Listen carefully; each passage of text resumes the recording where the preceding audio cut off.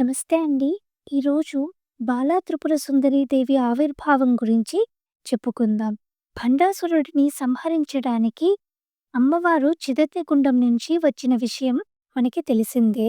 ఆ యుద్ధం జరుగుతున్న ఒకానొక సమయంలో భండుని యొక్క పుత్రులు వస్తున్నారనే వార్త శక్తిసేనుల నుంచి అమ్మవారికి తెలిసింది.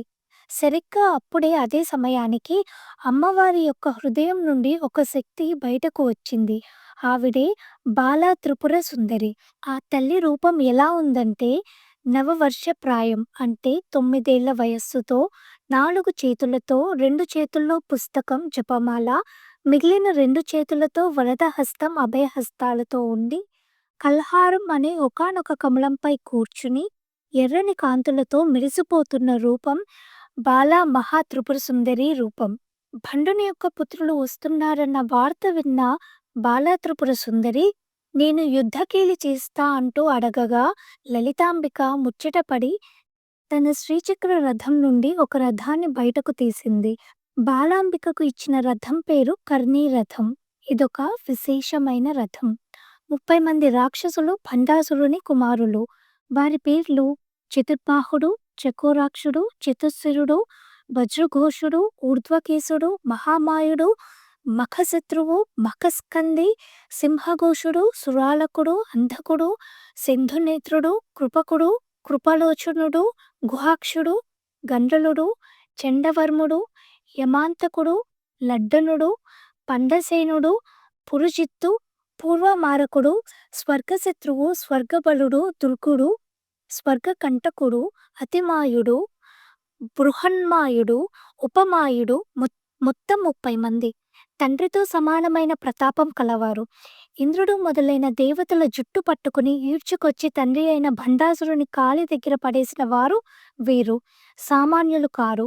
వీరితో యుద్ధకేలి చేస్తానంటూ వారి ఎదుట నిలబడింది 9 ఏళ్ల వయసు గల ముద్దులొలికే బాలా త్రిపుర సుందరి.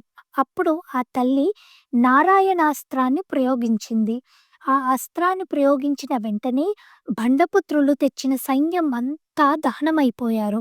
తరువాత ఆ తల్లి ఒక అర్ధచంద్రాకార బాణం తీసి 30 మంది మీద ఈ ఒక్క బాణాన్ని ప్రయోగించింది.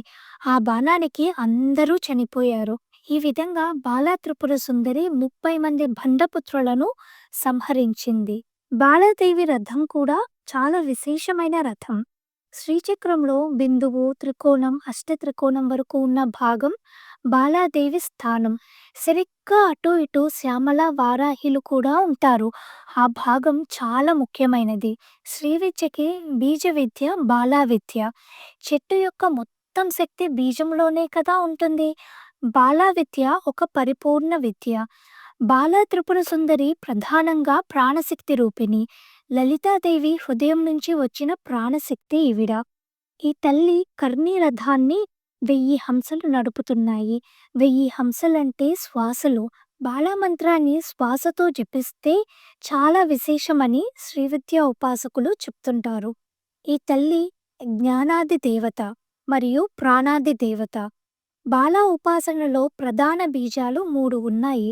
ఈ 3 బీజాల నుండే 3 కూటములతో కూడిన శ్రీ విద్యా మంత్రం ఏర్పడింది. అందరూ చదువుకునే బాలమంత్రం ఒకసారి చెప్తాము, చదువుకోండి. శ్రీ బాలా త్రిపుర సుందరియే నమః. నవరాత్రులలో ప్రథమ అవతారంగా అలంకరించి శ్రీ బాలా త్రిపుర సుందరి అమ్మవారి మంత్రాన్ని 1000కి తక్కువ కాకుండా జపించుకోండి. శ్రీ బాలా త్రిపుర సుందరియే నమః. ఈ వీడియోలోని ఇన్ఫర్మేషన్ మీకు యూస్ఫుల్ అనిపిస్తే ప్లీజ్ సబ్స్క్రైబ్ చేసుకోండి, లైక్ చేయండి, కామెంట్ చేయండి అండ్ షేర్ చేయండి. Thank you so much.